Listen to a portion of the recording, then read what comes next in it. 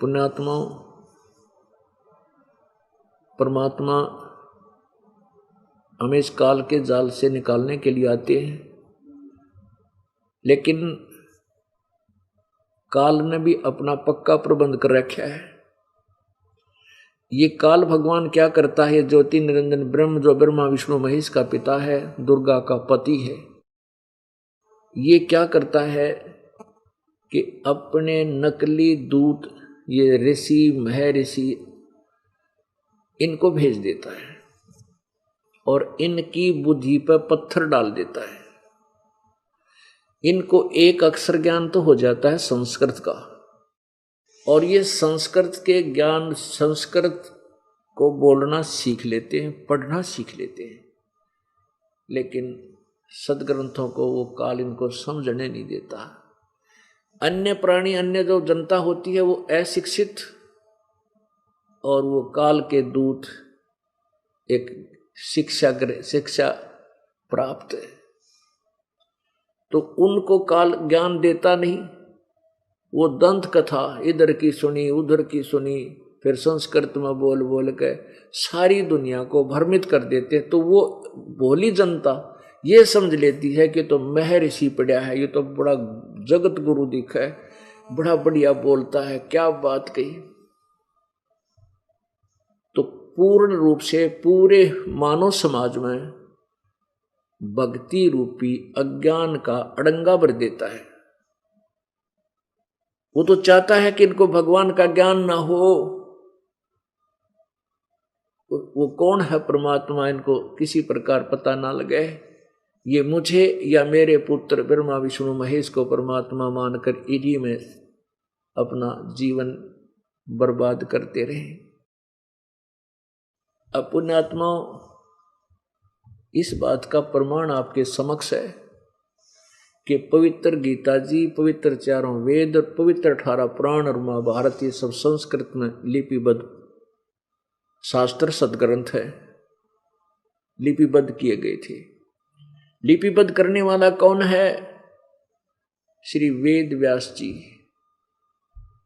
जिनको कृष्ण द्वैपायन भी बोलते हैं। और इन पुराणों को, इन वेदों को और गीता जी को 5500 वर्ष से ये अज्ञानी ऋषि महर्षि को आवे, ब्राह्मण गुरु को आवे थे, ये पढ़ते आवे थे, पढ़े थे, औरों को भी पढ़ावे थे, और शिक्षा भी कहे थे कि नित्य गीता का एक पाठ कराया करो, एक अध्याय का। लेकिन किसी को कै खे का पता नहीं था इनमें लिखा क्या है, ये संदेश क्या दे रहे। ऐसा क्यों था कि काल भगवान ने सबकी बुद्धि ऑफ कर दी, इनके अज्ञान रूपी मोतिया बंद कर दिया, जिस कारण से ये विद्वान नजर आवे थे, पर विद्वान कति नहीं थे, 1% भी विद्वान नहीं थे। इनको ज्ञान ही नहीं था, ना ब्रह्मा जी को ज्ञान, ना विष्णु जी को ज्ञान, ना शिव जी को ज्ञान। फिर ये ऋषि महर्षि, इनके पुजारी नीचे जो आके यहाँ ये प्रभु पाक रहे थे, स्वामी महर्षि को आवे थे, इनको तो कहाँ से ज्ञान होना था। अब पुण्यात्मा, यहाँ थोड़ी सी बात गड़बड़ हो जाती है कि ये दास ब्रह्मा विष्णु महेश को ये कहे कि इनको ज्ञान नहीं था, और इन वशिष्ठ मुनि जैसों को भी ज्ञान नहीं था, नारद जी जैसों को भी ज्ञान नहीं था, और विश्वामित्र जैसों को भी, भारद्वाज जैसों को भी ज्ञान नहीं था। तो पुण्यात्मा, जिस रंग में हिंदू समाज रंगा हुआ है, कति स्वीकार नहीं करे, और इस दास को न्यू सोचा है तो कति मेंटल आदमी है, जो किसी महापुरुषों को कहकर इनको ज्ञान नहीं है और अपने आप को विद्वान सिद्ध करना चाहता है। नहीं, दास का कति प्रयत्न नहीं है, और न ही कोई महिमा की भूख है, क्योंकि महिमा इसमें हो ही नहीं सकती। वो तो मूर्ख और अज्ञानी सोचेगा कि मैंने न्यू कर दिया, मैंने ये ज्ञान दे दिया। यो ज्ञान तो परमात्मा ने पहले सदग्रंथों में लिखा हुआ है, ना हमारा बनाया हुआ, और ना हम बनाएंगे वो ज्ञान नहीं, क्योंकि वेदों के विरुद्ध होगा। अगर हम वेदों वाला ही कहते हैं तो वेदों में लिखा है, गीता जी में लिखा ही है, तो उस ज्ञान को समझना हमारा काम है और समझाना प्रभु का। कबीर परमेश्वर की दया से हमारी बुद्धि ऑन होगी, हमारा आंख वो अज्ञान रूपी मोतियाबिंद का ऑपरेशन हो गया, अब मुझे दिखाई देने लग गया। और यहाँ एक हॉस्पिटल बना दिया बरवाड़ा में सबके मोतियाबिंद के ऑपरेशन करने का, यानी आपका भी अज्ञान रूपी मोतियाबिंद का यहाँ ऑपरेशन होगा और कितने पृथ्वी पर नहीं है। अब यहाँ थोड़ा सा प्रसंग है तो इसको कुछ प्रमाण देने पड़ेंगे। बगैर प्रमाण के ये शब्द जो दास के मुख से निकले हैं कि ब्रह्मा विष्णु महेश और ये ऋषि महर्षि अज्ञानी थे, तो एक बार तो श्रद्धालु ये समझेंगे कि ये बहुत कड़वी बात कह रहा है, ऐसे वचन नहीं बोलने चाहिए इस संत ने। पुण्यात्माओं, सत कड़वी होती है और कड़वी बिना, जैसे कुनीन एक औषधि होती है, गोली होती है कुनीन की, और वह खूब कड़वी होती है और वो खानी पड़ेगी, उसके खाए बिना वो रोग कटे नहीं। तो ये सत्य कड़वी है, इतनी कड़वी है कुनीन जैसी, लेकिन एक बार इसने ग्रहण कर लेना, इसको गले से उतर जाने देना, फिर देखना ये कैसे रंग लाओगी। अब आपको ये इसलिए ये कुनीन आपको स्वीकार कराने के लिए अब उदाहरण देता है दास। ये है श्रीमद् देवी भागवत, ये दास की बनाई हुई नहीं है, वेद व्यास जी की लिखी हुई है, इन ब्राह्मणों का अनुवाद किया हुआ है ऋषियों का। दास तो आपका पढ़कर सुना होगा, इसमें क्या लिखा है ये देखो। ये है गीता प्रेस गोरखपुर से प्रकाशित है, श्रीमद् देवी भागवत, संपादक हनुमान प्रसाद पोदार, चमनलाल गोस्वामी। इसके 28 पृष्ठ पर देखो, ये पहला स्कंद है, पृष्ठ 28, या नीचे आइए।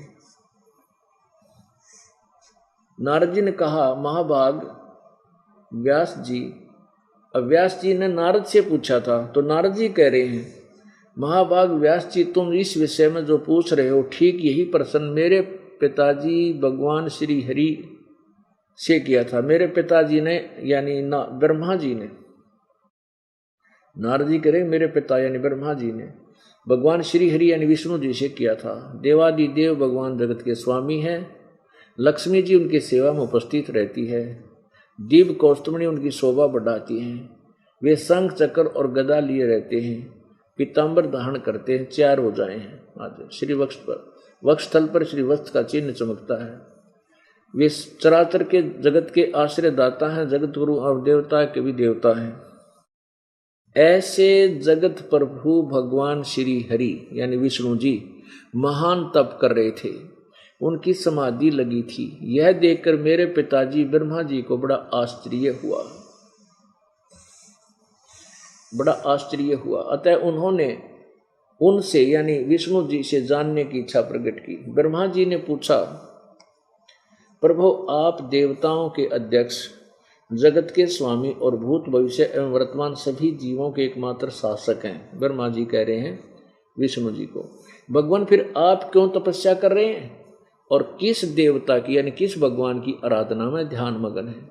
मुझे असीम आश्चर्य तो ये हो रहा है कि आप देवेश्वर एवं सारे संसार के शासक होते हुए भी समाधि लगाए बैठे हैं। अब के बोला वो श्री हरि विष्णु जी। ब्रह्मा जी के विनीत वचन सुनकर भगवान श्री हरि कहने लगे, ब्रह्मन सावधान होकर सुनो, मैं अपने मन का विचार व्यक्त करता हूँ। अब ज्यादा ना सुना के आपको इतना बताता हूँ, ये देखिएगा क्या कहता है भगवान विष्णु के, मुझे सब प्रकार से शक्ति के अधीन होकर रहना पड़ता है, उन्हीं भगवती शक्ति का मैं निरंतर चित ध्यान किया करता हूँ, यानी मैं दुर्गा की पूजा करता हूँ। ब्रह्मा जी मेरी जानकारी में भगवती शक्ति यानी दुर्गा से बढ़कर दूसरे कोई देवता नहीं है। अब ब्रह्मा जी विष्णु जी के ज्ञान का आज्ञा ओढ़ ये कति अज्ञानी था, ये नो कहे कि मैं तो दुर्गा से ऊपर कोई भगवान ना मानता, और दुर्गा कहती है उस ब्रह्म की पूजा करो, ब्रह्म की तो इससे सिद्ध हो गया कि विष्णु जी को कति ज्ञान नहीं था। आगे देखो, अब देखो 562 पृष्ठ पे इसी पवित्र देवी भागवत महापुराण के 562 पृष्ठ पे देवी क्या कह रही है। यह है 7वां स्कंध और पृष्ठ 562। देवी द्वारा हिमालय को ज्ञानोपदेश, ब्रह्म स्वरूप का वर्णन।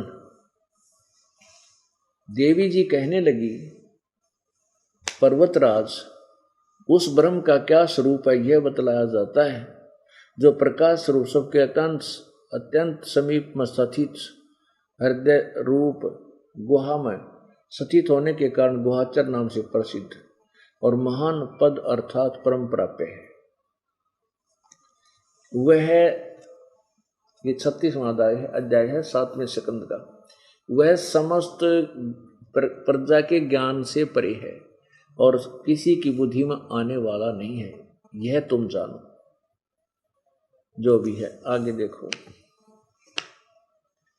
वह परम प्रकाश रूप है, सूक्ष्म से अत्यंत सूक्ष्म है, जिसमें संपूर्ण लोक और उन लोकों में निवास करने वाले प्राणी स्थित हैं। वही ये अक्षर ब्रह्म है और वही प्राण सबके प्राण है, वही सबकी वाणी है और वही सबके मन है। वह है यह परम सत्य और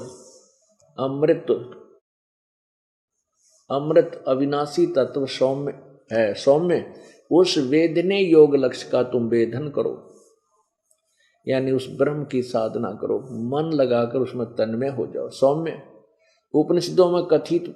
अब देखो इस दुर्गा की बुद्धि देख लो, ये क्या कहने लगी थी यहाँ पर कि जो परम प्रकाश रूप है, जो सूक्ष्म से अत्यंत सूक्ष्म है, जिसमें संपूर्ण लोक और उन लोकों में निवास करने वाले प्राणी स्थित हैं, वह अक्षर ब्रह्म है। और वही सबके, यहाँ अक्षर ब्रह्म बोल रही है, देखना आगे, वही सबके प्राण है, वही सबकी वाणी है और वही सबके मन है, वही परम सत्य और अमृत अविनाशी तत्व है। सौम्य उस वेदने योग लक्ष्य का तुम वेदन करो, मन लगाकर उसमें तन्मय हो जाओ। सौम्य उपनिषदों में कथित महान अस्त्र रूप धनुष लेकर उस पर उपासना द्वारा तीक्ष्ण किया हुआ बाण संधान करो और फिर भावनागुप्त चित्त के द्वारा उस बाण को खींचकर उस अक्षर रूप ब्रह्म को तुम लक्ष्य बनाकर वेदन करो। परवण पर ओम धनुष है, या कह तरह हैं। देखो यहाँ से शुरू करा था अक्षर ब्रह्म, और यहाँ आके खड़ी होगी, या देखिए कहते उसका ओम तो नाम है, ओम तो धनुष है, जीवात्मा बाण है और ब्रह्म को उसका लक्ष्य कहा जाता। ये ब्रह्म ने कहा ब्रह्म को लक्ष्य बना। यहाँ क्या कह रही है कि उस अक्षर ब्रह्म को ही तो लक्ष्य बना। देखो तीसरी लाइन पे बदल गई, अक्षर ब्रह्म, यहाँ कहती है अक्षर ब्रह्म को लक्ष्य बना, यहाँ कहती है उसका ओम नाम है और ब्रह्म उसका ब्रह्म है और ब्रह्म को उसका लक्ष्य कहा जाता है। यहाँ अक्षर ब्रह्म या ब्रह्म। आगे देखो, यहाँ देखते हैं वह कहाँ रहता है ब्रह्म, वह सबका आत्मा ब्रह्म, ब्रह्मलोक रूप दिव्य आकाश में स्थित है। अब ये तो इतना खिचड़ी ज्ञान है इन देवताओं का, ब्रह्मा विष्णु महेश। और दुर्गा कहती है, विष्णु जी तो कहते हैं मैं दुर्गा से ऊपर किसी को भगवान देवता नहीं मानता, मेरी समझ में तो इससे बड़ी कोई शक्ति नहीं, कोई भगवान नहीं। दुर्गा कहती है कि उस उड़ज पुलज कर रही है, कदे अक्षर ब्रह्म कहती है, कदे कहीं ब्रह्म कहती है, और वो कहती है उस ब्रह्म की पूजा करो, वो ब्रह्म लोक में रहता है। गीता जी अध्याय नंबर 8 के श्लोक नंबर 16 में लिखा है कि ब्रह्म लोक तक भी गए हुए फिर भी पुनर्जन्म आते हैं, उनकी पुनरावृत्ति होती है, जन्म मृत्यु में रहते, वो अविनाशी पूर्ण मोक्ष प्राप्त नहीं करते। अब इन ब्राह्मणों की, सतयुग के ब्राह्मण कहते हैं बड़े विद्वान हुआ करते थे, वेदों के पूर्ण जानकार थे और वह दुर्गा की पूजा करा करते। थारा गजब वही, ये देखिएगा वही श्रीमद् देवी भागवत, और ये स्कंद, छठा स्कंद, और यहाँ प्रश्न नंबर 414 जन्मेजय ने पूछा, महाभाग किस युग में कैसा धर्म का स्वरूप है कि संपूर्ण विषय को विशेष रूप से बताने की कृपा कीजिए। व्यास जी बोले, नर्प शार्दूल, अभी इस पुराण का लेखक बोल रहा है, हे राजन, यह निश्चय है कि सतयुग में ब्राह्मण वेद के पूर्ण विद्वान थे। ये ब्राह्मण कौन है? वशिष्ठ जी, नारद जी, ब्रह्मा जी और ये सारे विश्वामित्र, भारद्वाज, सारे ब्राह्मण को आया करते, ऋषि कहो चाहे ब्राह्मण को। यह निश्चय है कि सतयुग में ब्राह्मण वेद के पूर्ण विद्वान थे। उनके द्वारा निरंतर भगवती जगदम्बा की आराधना होती थी। अरे तरह के जो वेद में कितने भी भगवती की पूजा का नामो निशानी ना गीता में। अब देखो, भगवती का दर्शन करने के लिए उनका मन सदा ललायित रहता था।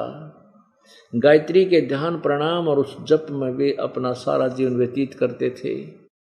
माया बीज का जाप करना उनका प्रधान कार्य था। प्रत्येक गांव में शक्ति यानी दुर्गा मंदिर का उद्घाटन हो, यह इस विषय उनकी बड़ी उत्सुकता थी।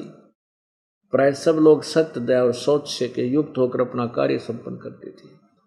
तत्व ज्ञान के पारगामी उन ब्राह्मणों द्वारा जो भी कर्म होता था, उसमें सत्य, सोच और दया ये तीनों गुण निहित रहते थे। ये काट दिया रोग। कहते हैं सतयुग में ब्राह्मण वेद के पूर्ण विद्वान होते थे और भगवती की पूजा करते थे और मंदिर बनवाया करते थे। थारा गजब भैया। परमात्मा कहते, निरंजन धन तेरा दरबार, निरंजन धन तेरा दरबार, जहां पर तनिक न न्याय विचार। भाई वैश्या उड़े मुल मुल खासा, गल मोतियों के आरे। वैश्या उड़े मुल मुल खासा, गल मोतियों के आरे। पति भरता को मिले न खादी, वो सूखा निरस आहार। निरंजन धन तेरा दरबार, निरंजन धन तेरा दरबार, जहां पर तनिक न न्याय विचार। भाई पाखंडी की पूजा जग में, संत को कहें लबाड़े। पाखंडी की पूजा जग में, संत को कहें लबाड़े। अज्ञानी को परम विवेकी, ज्ञानी को मूड गंवार। निरंजन धन तेरा दरबार, निरंजन धन तेरा दरबार, जहां पर तनिक न न्याय विचार। कह कबीर सुनो भाई साधो, यहाँ सब उल्टा व्यवहार। कहें कबीर सुनो भाई साधो, यहाँ सब उल्टा व्यवहार। सचों को तो झूठा बताओ, इन झूठों का एतबार। निरंजन धन तेरा दरबार, निरंजन धन तेरा दरबार, जहां पर तनिक न न्याय विचार।